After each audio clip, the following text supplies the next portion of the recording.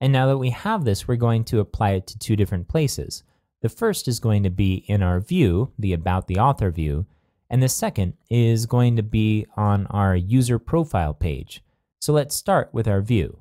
I'm going to go to edit the view by going to Structure, Views, and then for the About the Author, I'm going to click Edit, and I'll scroll down to User Personal Site, the field here, and I'll click on that.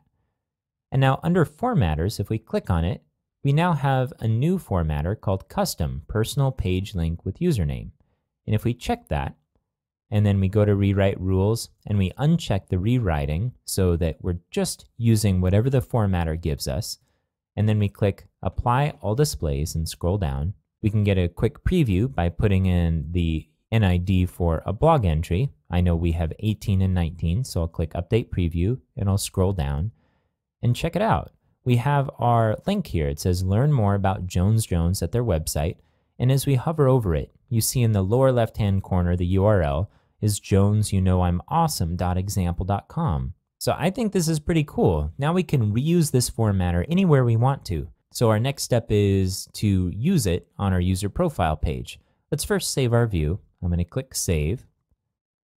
And then let's go to where we can manage the display of our user fields. That's going to be in Configuration, People, Account Settings, Manage Display.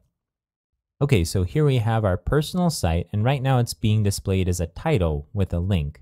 If we look at how this looks, we can go to our page by exiting out of the overlay and clicking on the name of one of the users. I'm going to click on Jones Jones, and you see we have personal site and then the URL here.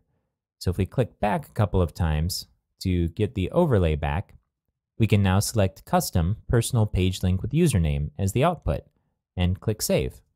Now let's exit out of the overlay and go back to Jones Jones's page. I'm going to click on his link here. And you see now we have Learn More About Jones Jones at their website as part of his profile page.